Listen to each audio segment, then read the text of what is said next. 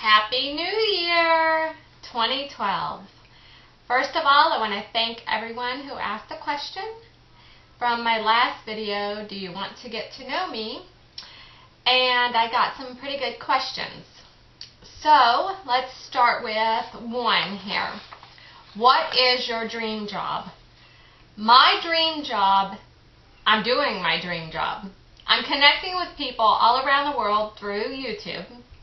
I'm home with my kids, so I'm a mom, which is like the most important job because we all go through stages in our life. And right now, being a mom is a pretty important stage to me.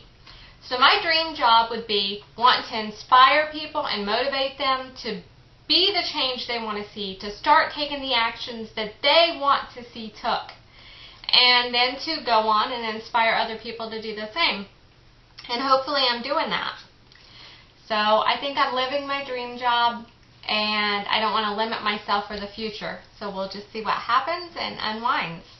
Another question asked was, Ann, you said you used to have a negative outlook on life. Who or what inspired you to change for a more positive outlook on life?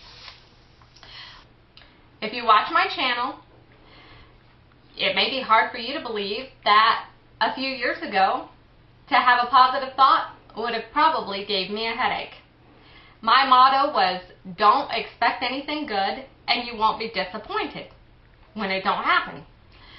So what inspired me and what totally was my shifting point was over 5 years ago, my dad was in a coma in a nursing home, and he was in his 70s, and he had what is called COPD, which is chronic obstructive pulmonary disease. And basically your lungs, they just stop working after so long.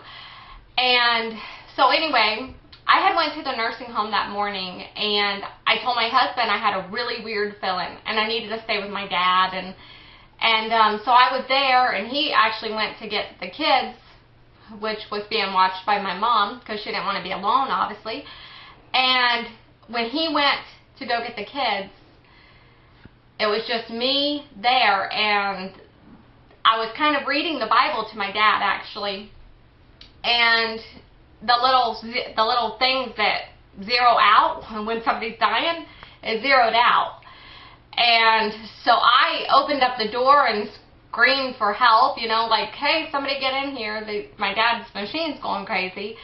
And a nurse was walking by at the time, so she came in there, and basically it was just me and her and my dad when he took his last breath. Well, what happened then is, number one, I always believed in God, but it was a whole different experience when you actually see somebody die, and especially if it's your father. And so that just totally occurred, a different shift in me. Also, what it did is it forced me to have to grow up even more, even though we all think we're grown up. Sometimes when some shift happens in your life, you'll realize you really aren't all that grown up. You really don't have it all together like you like to think you do. And when somebody dies in a family, it can do one or two things. It can bring a family closer together, or it can tear them apart. And in my situation, it tore my family apart. There was a lot of guilt and a lot of anger issues at different people, and I'm sure that a lot of people felt guilty and angry that they weren't there when my dad died and that I was there. And so anyway, I was separated from talking to my mother, or basically my siblings, for like a year, maybe a year and a half. I'm glad that those relationships, I'm very thankful that they've been restored, but that time away from my birth family, it shifted my whole paradigm, my whole way of thinking. And when you go through a shift like that, a lot of the times you will be removed from the forest so you can see the trees. And basically what that allowed me to do was realize that it was not my job to change other people. It was not my job to save other people. It was not my job to be a rescuer of other people. It was my job to change and rescue myself. And that's what I did. And that's all any of us can do, is we have to be the change that we want to see. All change begins with us. Just this week I got an email, and I loved what the email said. It said there was a man who wanted to change the world, and he failed. And there was a man who wanted to change his community, and he failed.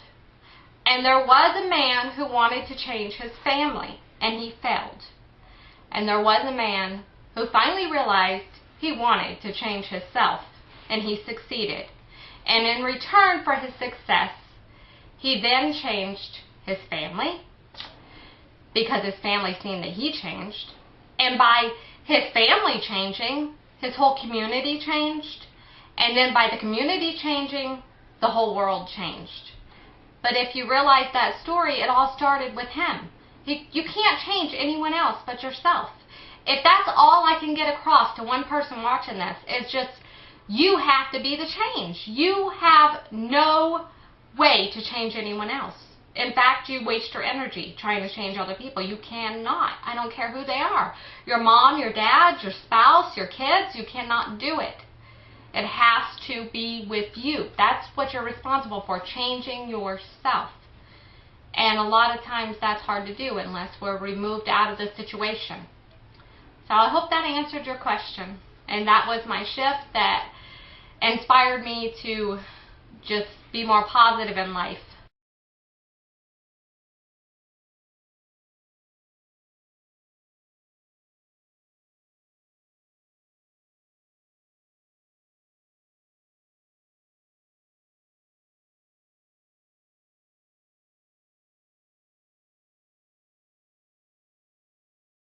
And the next question is, who or what do you go to when you get negative to get you knocked back on the positive side? And I wish I had a Bible here. I know that some people who watch my channel do not believe in God or the Bible, and I am not here to convict you or convince you. But I totally do.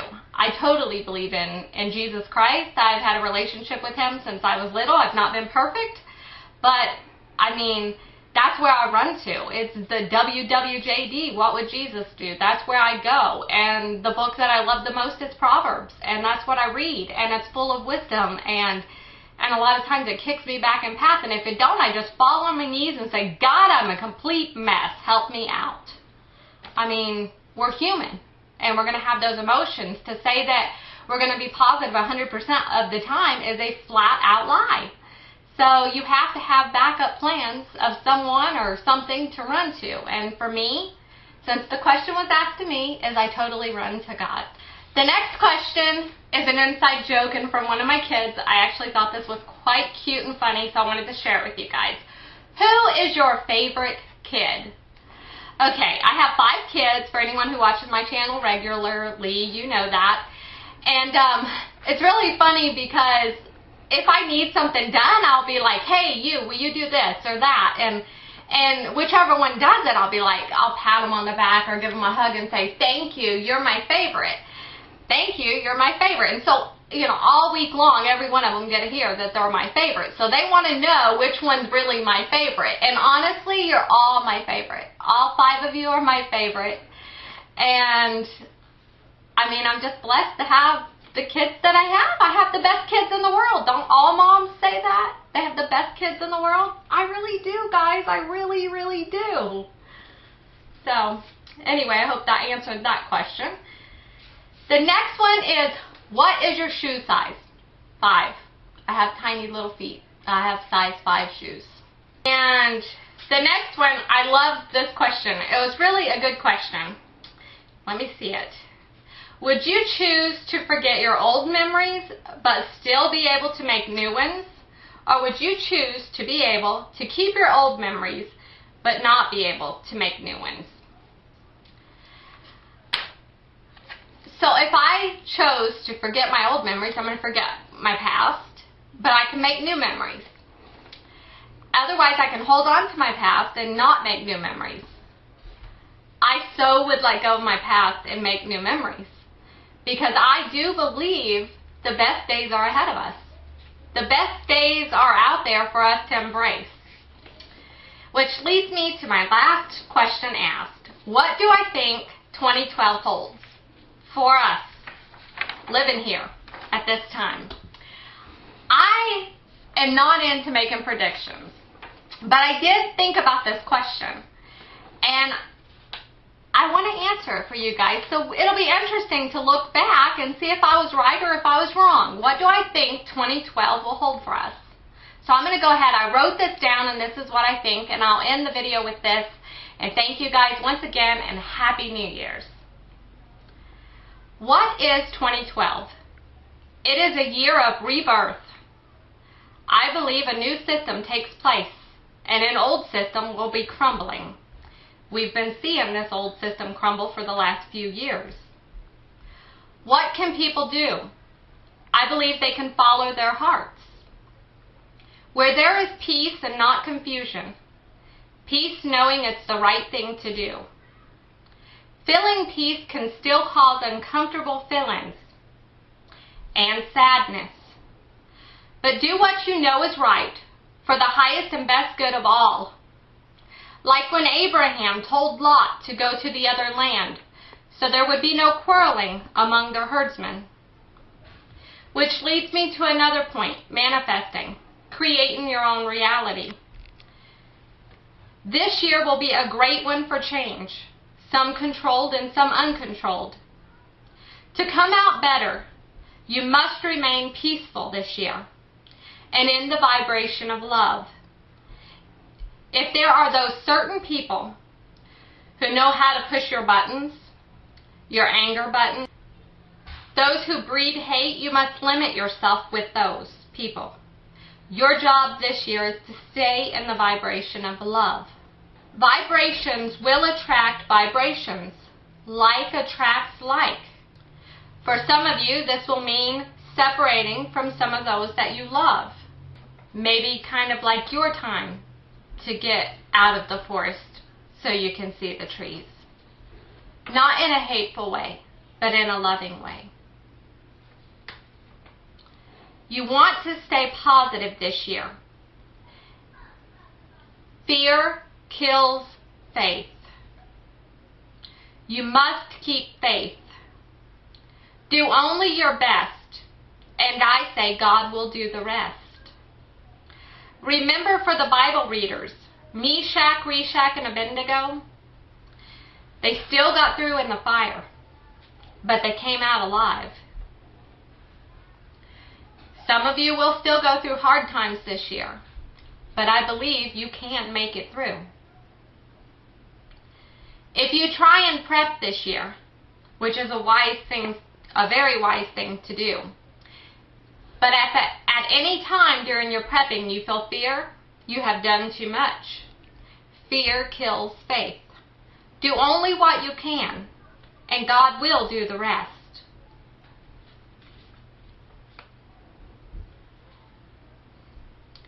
Peace should always be what you seek this year, even if that means, and it will for many, just simply being wrong and not being so opinionated.